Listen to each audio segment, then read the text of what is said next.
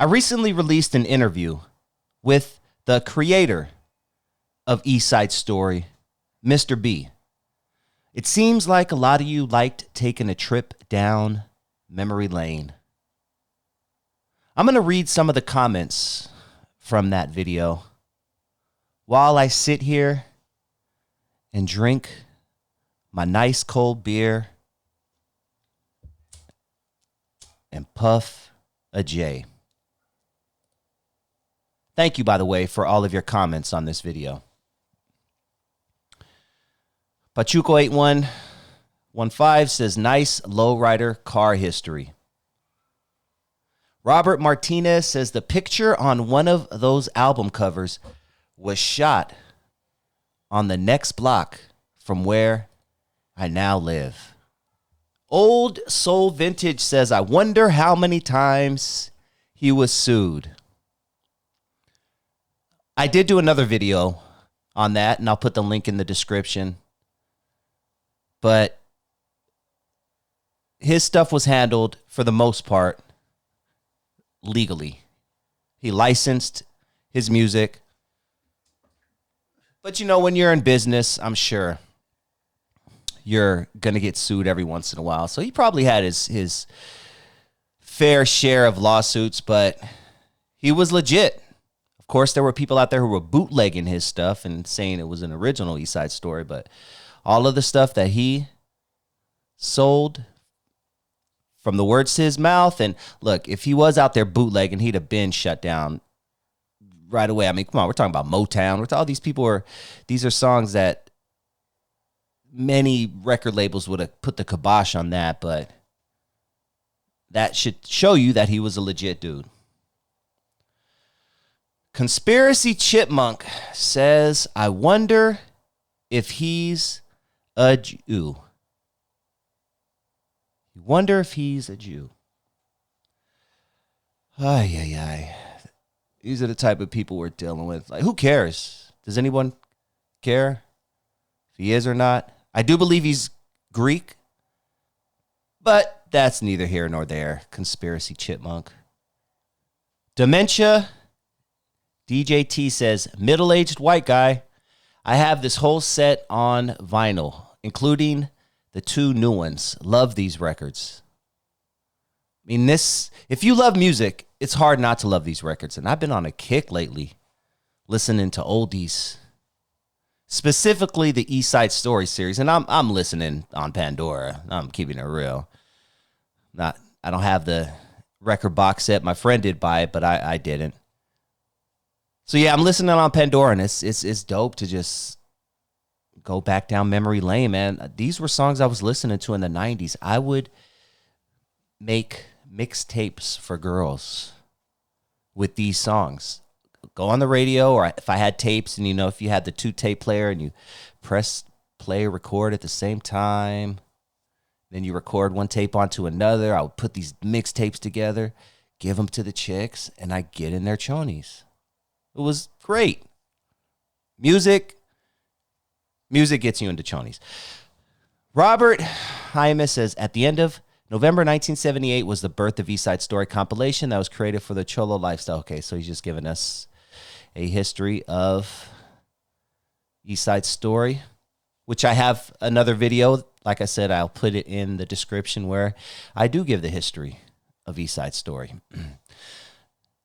Pariah says, not a cholo, but grew up around many and loved these jams and this story. Same here, man. I wasn't a gangsta. I wasn't a cholo. I was none of that. But I enjoyed music, and I enjoyed this music specifically. Alberto Aguirre says, Volume 3 picture was taken at Bristol Park, and those are the guys from Choppers 12. I do believe that's Commerce. I do apologize if I'm speaking out of line, but yeah, I used to actually go to the Commerce pool, and then I get some French fries.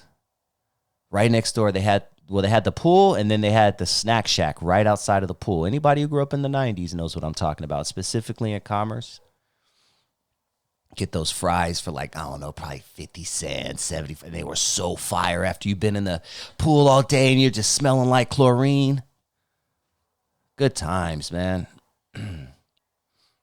Kid Wee says, I purchased the CD set a few weeks ago and listened to them constantly. Enjoy them so much. Reminds me so much of my childhood. I'm born and raised in New York City. New York City! Get a rope. Chris Trail says, I grew up across the street from that Starlight Swap Meet sign. Anyone who lives and has grown up in this area, San Gabriel Valley, you remember the Starlight Swap Meet? That was one of the swap meets where you went to get your music. Once again, I'm a product of the South Bay, Long Beach, and I'm a product of San Gabriel Valley. And I remember what they had. Was it the Santa Fe Springs, but I think there was it the Peak, not the Pico Rivera swap meet. It was another indoor swap meet. Oh man. I mean, obviously Norwalk, Paramount, Compton. This is where I got all my music from. Let's see.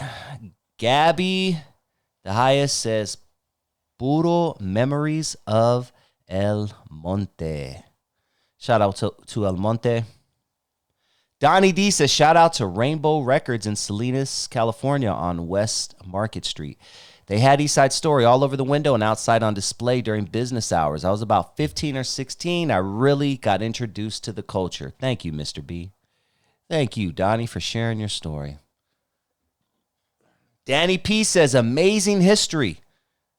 This became part of our Chicano culture. Thanks to Mr. B, Starlight Swap Meet is no longer there. Oh, no, he didn't say thanks to Mr. Yeah, let me put a period in between those. He said, thanks to Mr. B, period. The Starlight Swap Meet is no longer there.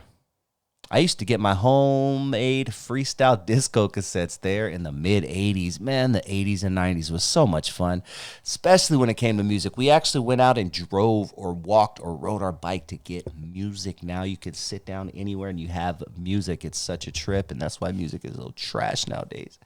You had to save your money to go get a tape or a CD.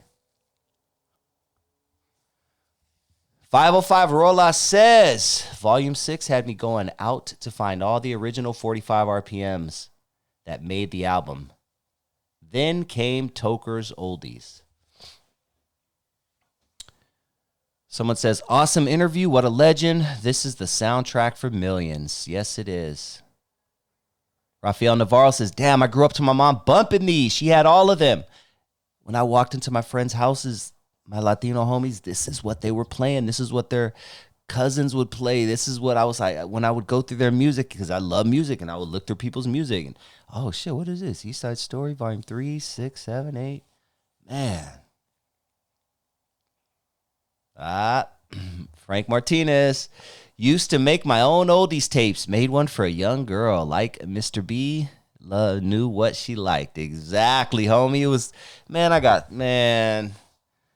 I used to make hip-hop mixtapes, make mixtapes like this. Telling you, good old days, man. Jose says, I'm trying to get the whole collection. I have 3 volumes on vinyl and 1 on cassette. The cassette is original. My vinyls are reissues, but I have a lot of the oldies on the East Side Story album. Thanks for sharing this video. Great story. You are very, very thankful. I'm thankful for you listening. Elvis Romero says, East Los, fool. What up, East Los? The G Lo show. Man, the G Lou show. What up, G Lou? Shout out to the homie G Lou. Make sure you guys go subscribe to G Lou, especially if you like this type of material. Go to follow the G Lou show, man. He plays all the jams. It's GLEW show. Make sure you guys go show him some love over there. Let's see.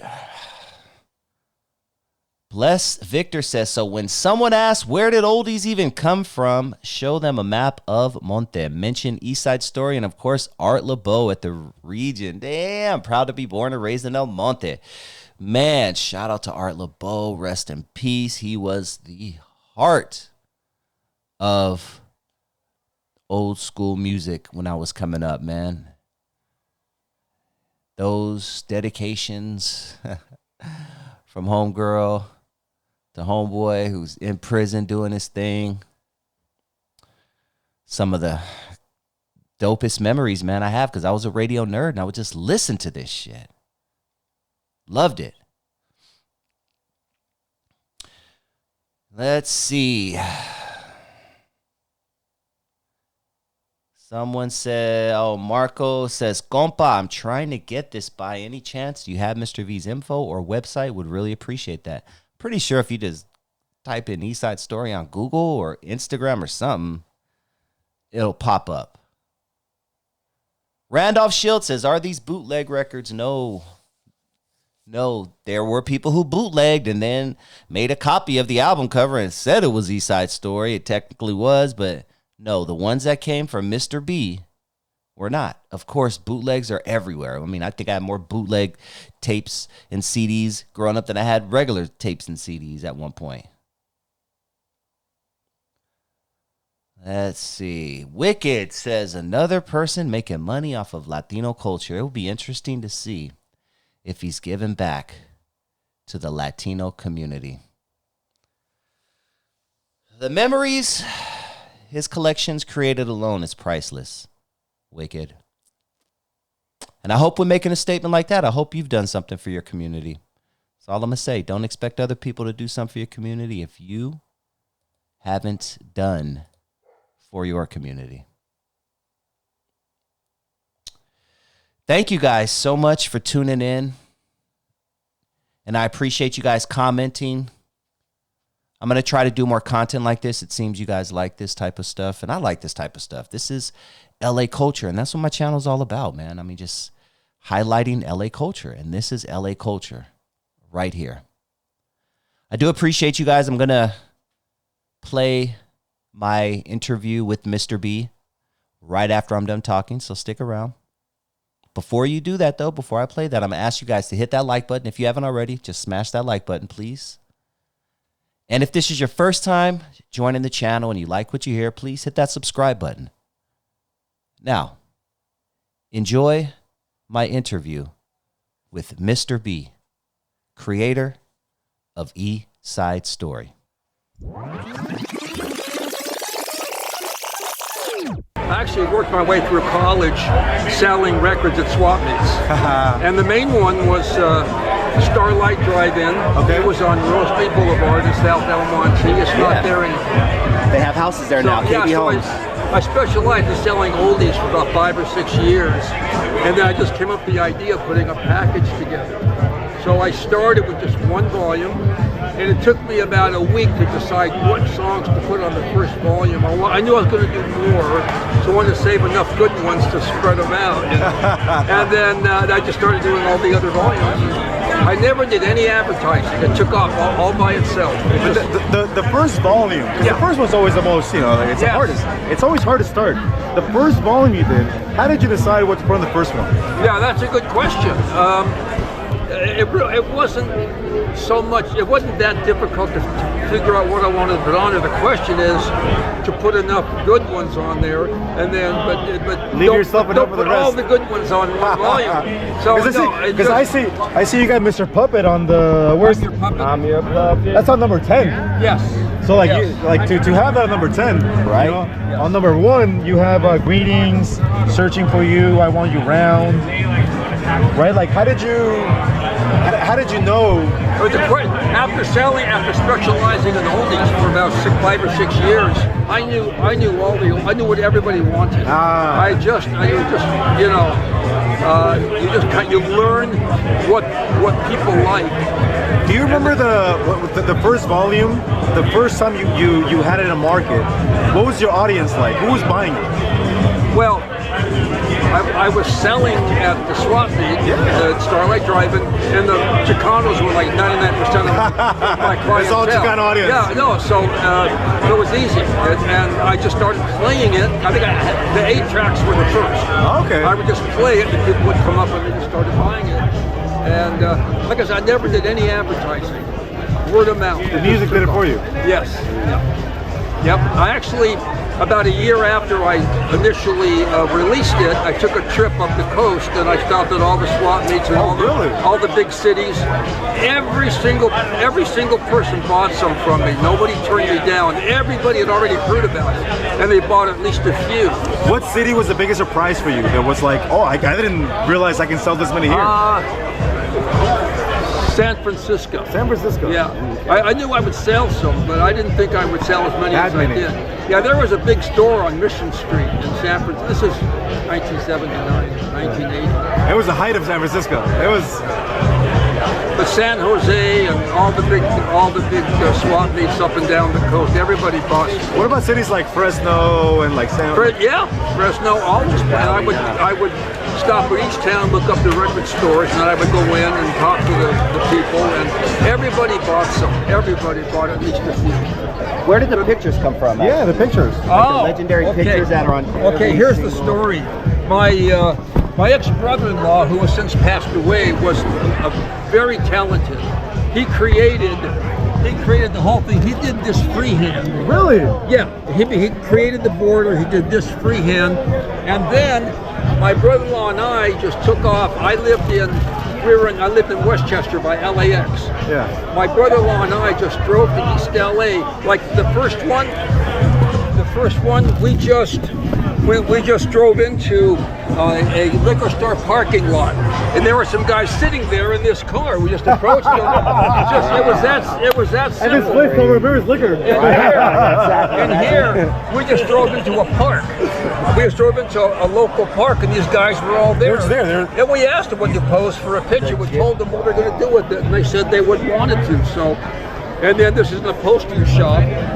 It just took off, you know. Wow, that is amazing. Yeah. Did you ever think, 40 or so, 50, what are we talking, 50 years later? When did you start?